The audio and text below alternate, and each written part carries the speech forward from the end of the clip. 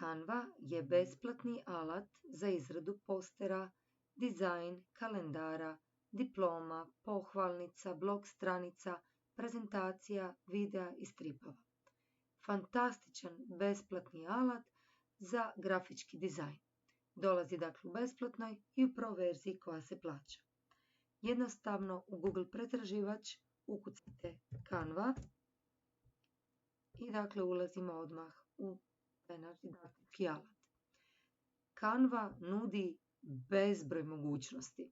Dakle, možete izrađivati prezentacije, objavljivati na društvenim mrežama, ubacivati i raditi video zapise, razne tiskane proizvode kao kalendare, pozivnice, logotipe, čestitke itd. Možete koristiti za marketing, za vaše poslove i uostalom potrebno je samo igrati se. Danas ćemo napraviti jedan poster u Canvi i prikazati kolaž fotografija. Poster može biti vertikalno ili horizontalno prikazan. Dakle, kliknemo da želimo izraditi poster.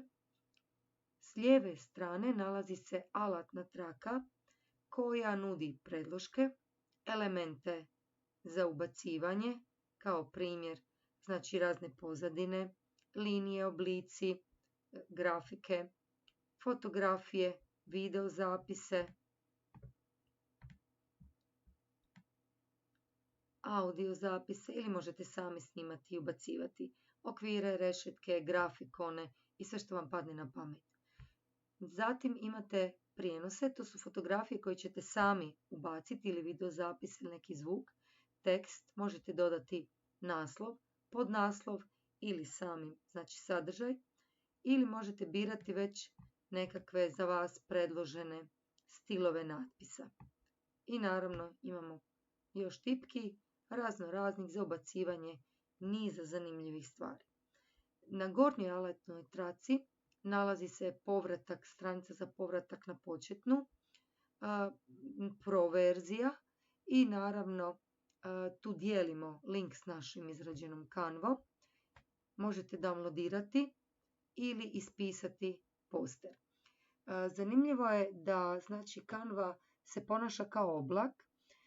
Možete svom dizajnu pristupiti iz bilo kojeg uređaja na koji se prijavite.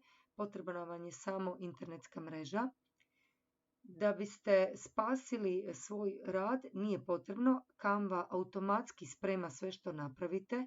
Dakle, vi trebate samo preuzeti što ćete na ovu tu dugme kliknuti i birati u čemu ćete. U PDF-u, JPG-i, vidjet ćete u raznoraznim mogućnostima. Svoje prezentacije možete spremiti kao PowerPoint datoteku. Dakle, nakon što odaberemo dizajn ili definiramo što želimo raditi, otvara se sučelje za uređivanje dokumenata i tu naravno se počinjemo igrati. Gornja alatna traka nam ima i nekakve već poznate funkcije kao što su undo, redo opcije, definiranje postavki dijeljenja, pohranjivanja objava itd. I dakle idemo izabrati jedan od predložaka. Evo primjer, možemo ovaj tu. A ima i jako puno. Ako krenete put dole, onda ćete vidjeti sve što vas zanima, možete ubacivati i naravno mijenjati od boje, sadržaja, sve što vam padne na pamet. Recimo, ovdje nam se ne sviđa naslov. Kliknemo i brišemo backspace-om. Ovo nam se sviđa, ali možda je malo previše izbačeno. Samo ga pomaknemo naprijed, nazad, gdje god želimo. I mi sad možemo ubacivati razne elemente. Kliknemo ponovno na lijevu traku i dakle želimo ubaciti nekakve recimo neke zmajeve.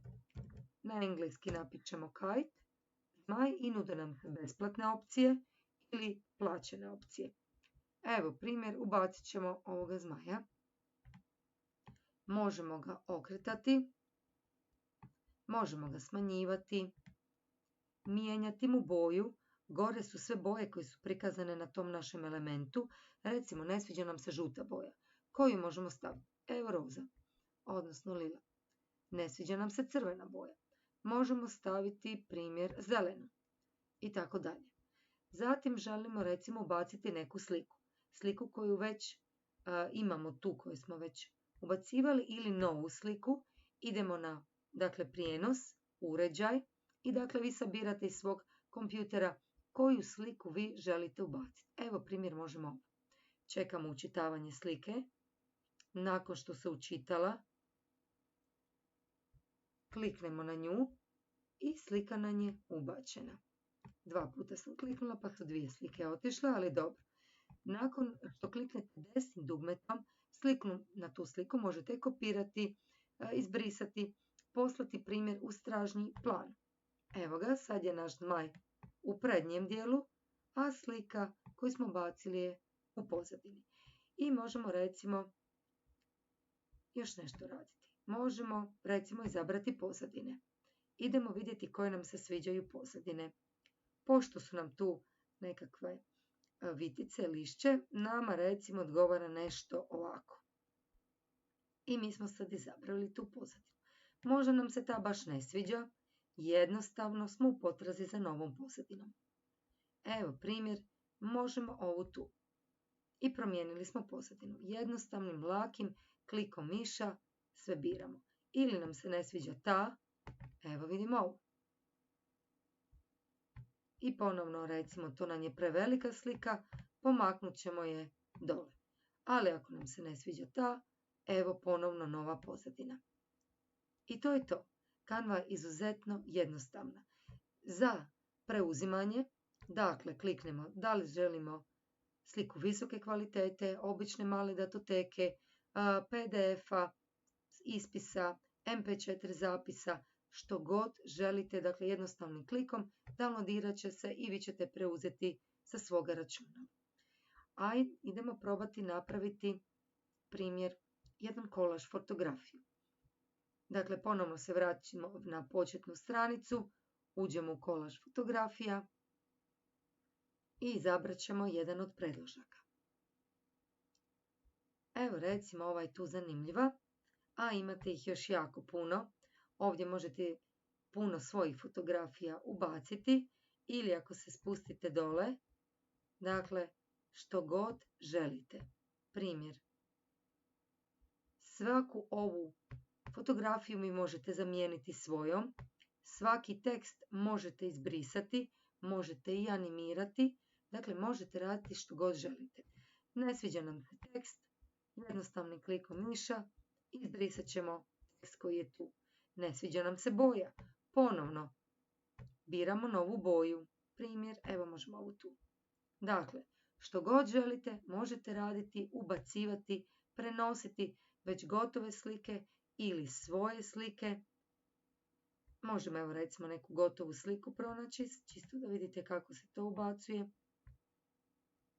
I to je to. Jednostavnim brisanjem, ili ako želite da ona recimo ide samo tu, besplatnu sliku stavljamo tu. I evo ga. Potpuno smo promijenili dizajn ovog našeg predloška.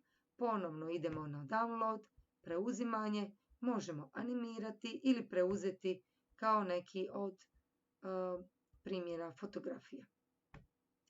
I to je to. Danas smo prošli izradu plakata u Canvi i kolaž fotografija. Sljedeći put nastavljamo s Canvom. Igrajte se!